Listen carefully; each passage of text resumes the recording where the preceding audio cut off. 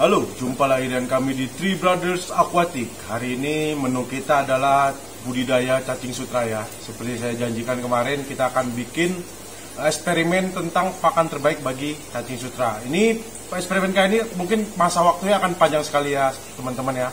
Soalnya 14 hari, saya baca literatur 14 hari baru ketahuan nih hasilnya.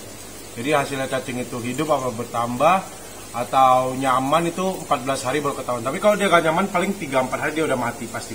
Oke, bahan-bahan yang perlu kita siapkan yaitu pertama baki eksperimen ya. Ini saya coba yang kecil dulu untuk baki kita. Kemudian yang paling penting adalah ini nih. Nih, ini yang di tangan saya nih. Ini namanya biofilter ya, biofoam. Jadi filter yang ini punya banyak pori-pori, ya. Nah ini saya bikin ukuran 5 cm kali 10 cm. Saya akan bikin 2, tapi nanti cacingnya akan saya taruh cuma di satu tempat. Nanti kita lihat kalau dia berpindah, apa di sini padat atau dan di sini juga padat, itu berarti eksperimen kita berhasil dengan pakan yang kita coba ya. Ini teknik ini akan saya beri nama teknik mantat. Apa itu teknik mantat? Teknik mantat adalah kepanjangan dari manipulasi habitat. Jadi mungkin satu teknik ini akan viral nanti ke depannya kalau ini berhasil ya kawan-kawan. Kalau ini berhasil, step selanjutnya saya akan mencoba di kolam terpal saya di farm di Gunung Sindur. Saya akan beli ini lembaran, ada yang ukuran 1 x 2 meter. Ini akan saya taruh di terpal. Jika dia berhasil menambah, wah, siap-siap dunia cacing akan heboh nih, dunia cacing sutra ya. Jadi ampas mungkin akan ditinggalin, semua yang berbau kohe, lumpur, semua mungkin akan ditinggalin. Gara-gara ini doang nih, gara-gara biofoam ini nih. Ini harganya lumayan sih ya, lumayan. Cuman kalau memang berhasil, wah, saya rasa worth it ya. Jadi di sistem eksperimen kali ini saya tidak akan menggunakan aerator. Saya tidak akan menggunakan aliran air. Cuman yang kita perlu jaga itu ialah water change ya kawan-kawan ya. Jadi setiap 1 hari, ini air yang ada di sini, air yang ada di baki ini kita harus buang. Kemudian kita ganti yang baru ya. Nah itu persyaratan dari cacing sutra itu ialah menjaga habitatnya sendiri, menjaga airnya bersih ya. Jangan terlalu lama, maksimal kayaknya 2 hari dah. Cuman kalau bisa sehari sekali aja, sehari sekali ya. Jadi untuk baki segini, saya siapkan air ini cuman setengah liter ya. Jadi posisi air itu tidak sampai atas foam nih, dia ada sisa sedikit nih. Nah kemudian yang saya perhatikan selama ini baru-baru ini saya perhatikan cacing sutra itu mati. Kenapa sih kawan-kawan? Cacing sutra itu mati karena pertama dia gak bisa kabur nih dari koloni dia. Jadi ada kematian di bawah cacing sutra ini kan amoniak nih. Nah ini amoniak ini membuat cacing yang di atas ini gak bisa kabur. Kemudian gak bisa makan, gak bisa ngapa-ngapain karena bau dari amoniak ini kan. Jadi dia udah gak bisa ngapa-ngapain. Tapi dengan adanya ini nanti dia bisa kabur nih. Jadi yang bilang cacing sutra itu gak suka jalan-jalan, kata saya enggak juga ya kawan-kawan ya. Nanti kita cuma ngintip yang di belakang tuh pada jalan-jalan tuh keluar dari foam ini karena dia punya punya pegangan. Dia kalau di koloni dan koloninya mati itu sifatnya kan lengket. Nah dia gak bisa kemana-mana tuh kawan-kawan ya. Jadi bahan yang kita perlukan pertama ini untuk eksperimen ya. Nanti kalau udah ini berhasil, kawan-kawan pilih pakan terbaik menurut kawan-kawan. Kalau saya sih menghindari aroma ya, karena kita di rumah jadi kita hindari aroma.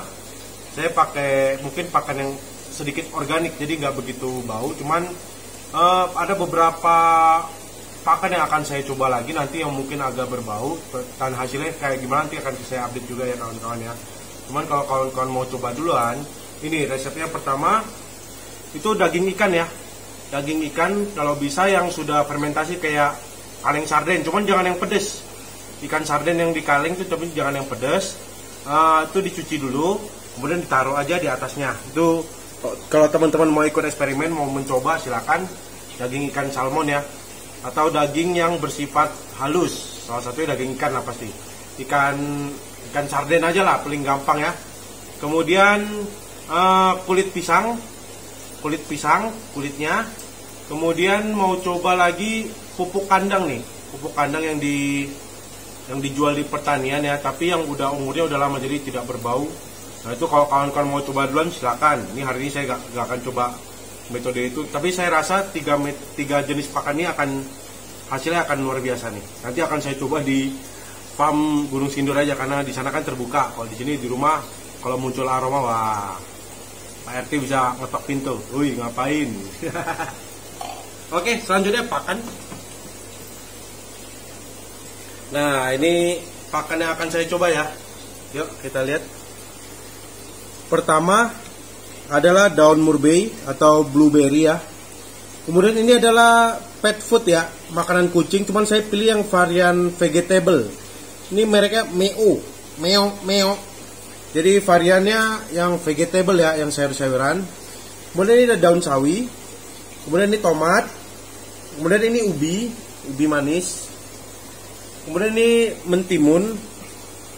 Kemudian ini ragi dan dedek ya, ragi roti dan dedek. Saya bikin pasta. Kemudian ini pelet ikan, ini PF 500 kalau nggak salah. Ini ada di rumah nih, saya coba pakai pelet ikan lele nih. Nah ini yang saya berharap berhasil nih di sini nih, di sel spirulina hidup ya, bukan sel bubuk ya kawan-kawan ya. Ini sel spirulina hidup yang kita panen barusan.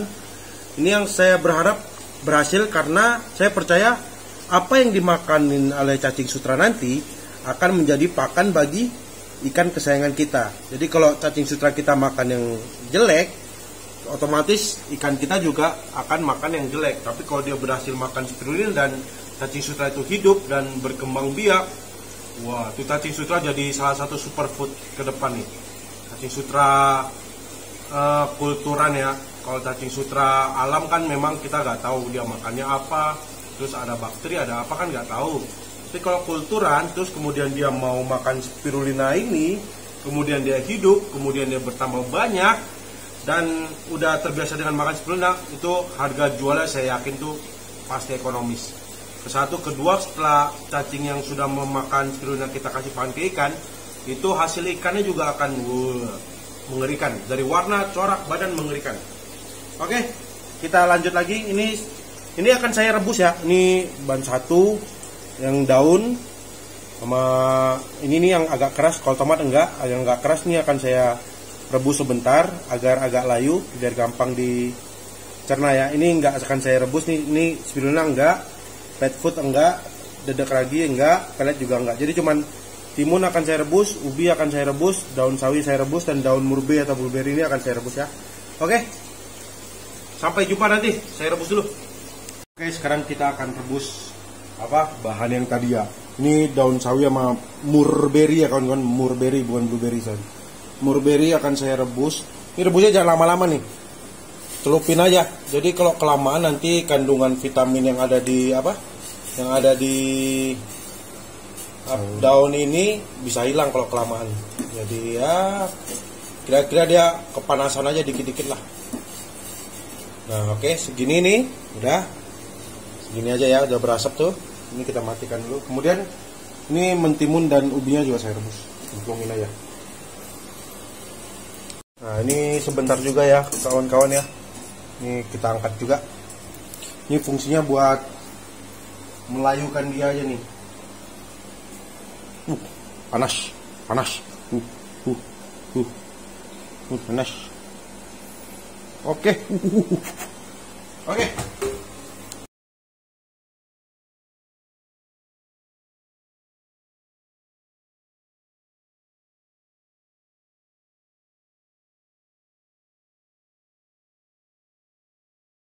Oke, sekarang kita akan ngambil bibit ya. Bibitnya dari dari depannya ini, dari kolam penyimpanan kita. Nah ini kawan-kawan, ini ciri-ciri cacing kalau sehat itu kayak gini nih. Dia kalau dipegang tuh agak keras, nih, kenyal. Kita cek ada kematian nggak? Tuh, nggak ada kematian ya kawan-kawan ya. Jadi sistem ini oke banget. Ntar kita ngintip juga tuh, saya naruh DM dikit di penampungannya. Oke, ini kita ambil ya buat starter. Oke, segini cukup. Nanti kan paling kita pakai cuma 1 sendok. Ini kayaknya udah kebanyakan juga, tapi kita jaga-jaga aja ya. Yuk ngintip kolam Moina ya. Ini bukan kolam Moina, ini kolam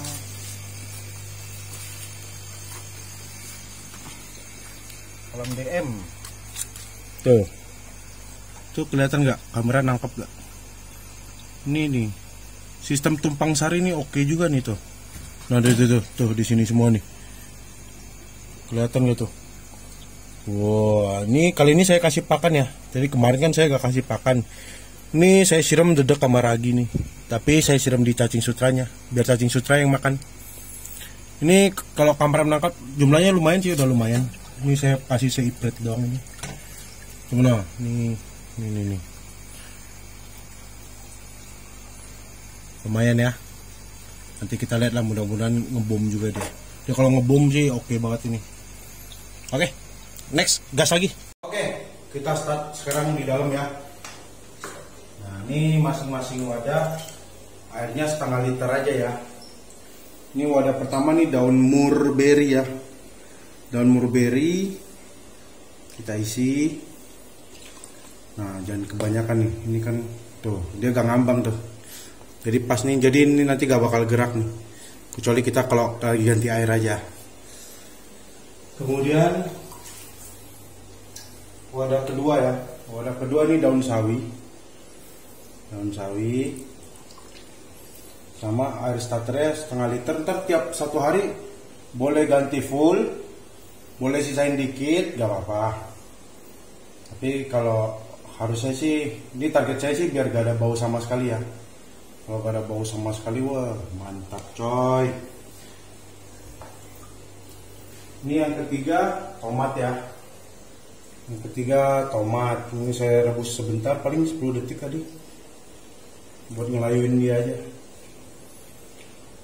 Pertama biofoamnya jangan lupa dicuci kawan-kawan ya. Pas misalnya beli nih, pas datang dicuci dulu, direndam air panas aja.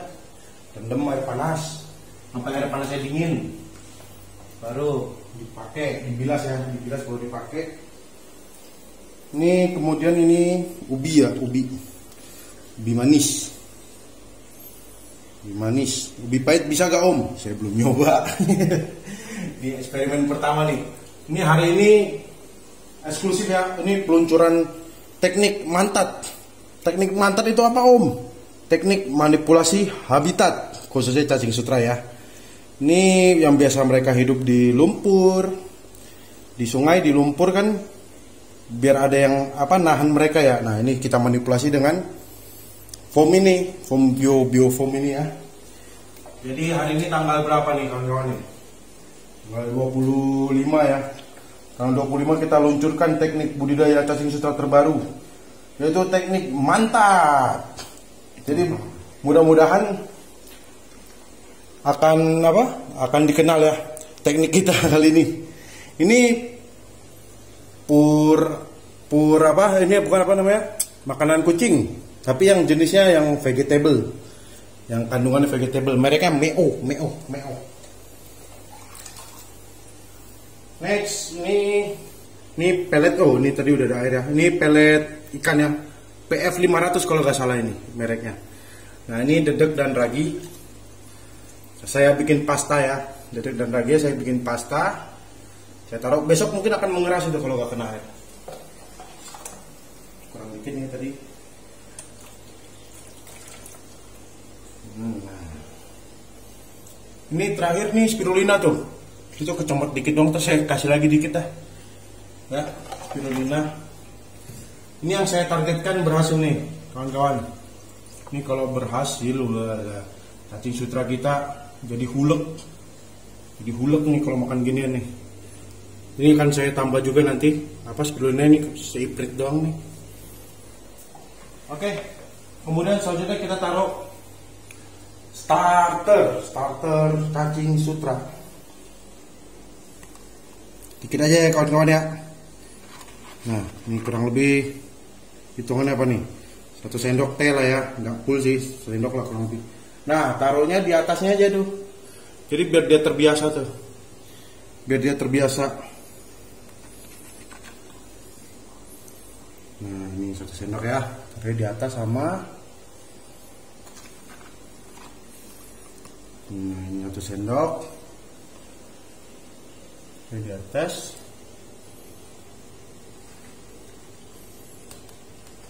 Kemudian ubi. Taruh di atas ubi.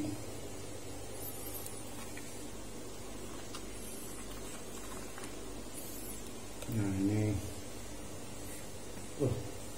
timun ya, mentimun. Nah, ini pelet apa? Makanan kucing. Merek Meo. Komposisinya vegetable. Ini PF 500 pelet lele ya. Pelet lele buat ukuran 2334 ya. Nah, ini dedek sama taji roti, saya bikin pasta.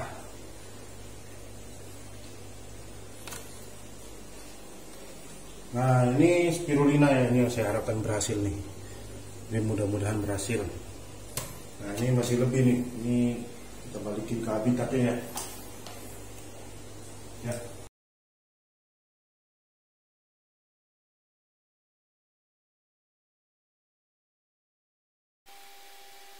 Nah, ini yang uji coba pertama saya ya.